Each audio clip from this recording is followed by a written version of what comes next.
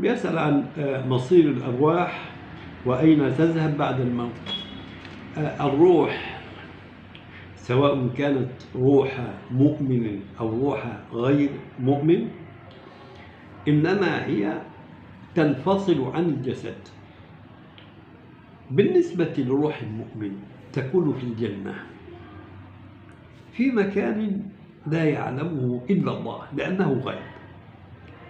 ولكن أخبر النبي عليه الصلاة والسلام فيما صح عند ابن ماجه رحمه الله تعالى أنه قال: إنما نسمة المؤمن يعني روح المؤمن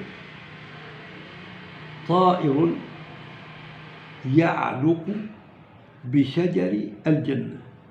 يعني روح المؤمن تكون في شجر الجنة، تكون متعلقة بأشجار الجنة حتى يرجع إلى جسده.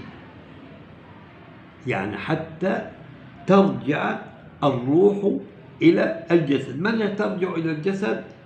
ترجع إلى الجسد عند البعث، يوم البعث، كقوله في أرواح الشهداء: إن أرواح الشهداء في حواصل طير خضر تسرح في الجنة حيث شاءت. دي الأرواح تبقى منعزلة عن الأجساد. هذا والله تبارك وتعالى أعلى وأعلم.